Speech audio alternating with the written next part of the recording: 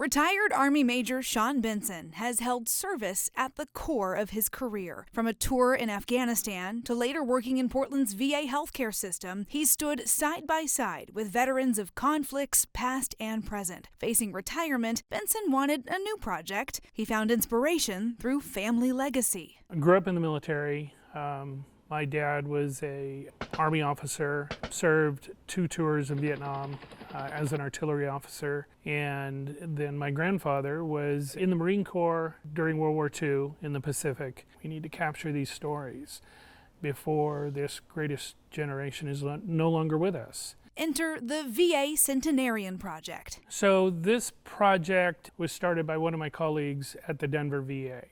Working with VA medical teams, Benson has already tracked down dozens of local veterans in Oregon and Southwest Washington, many who served in World War II. We get to work with the families and the veteran to present the certificate of appreciation, thanking them for their service.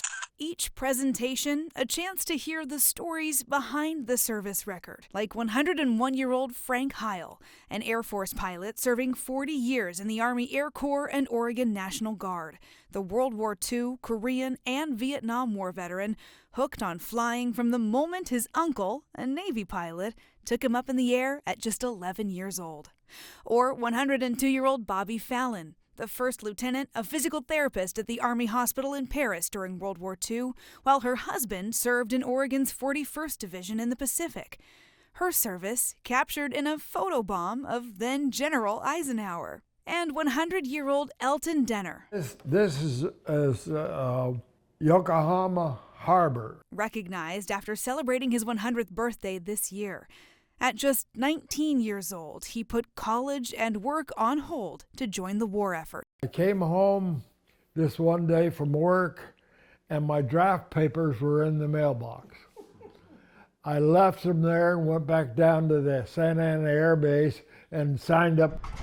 He piloted B-17s and B-29s, his squadron a part of the 444th Bombardment Group, flying day-long missions in the North Pacific from Tinian Island. He was an aerial witness to history in the making, the day Japan surrendered.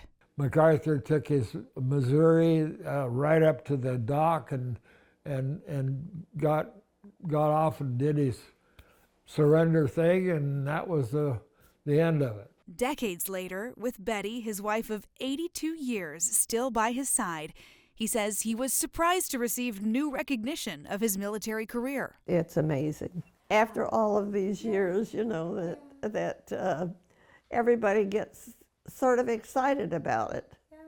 And they should be. Yeah. It was quite a time. The gratitude is mutual. The opportunity to give back to these men and women who have served has been one of the greatest experiences of my life.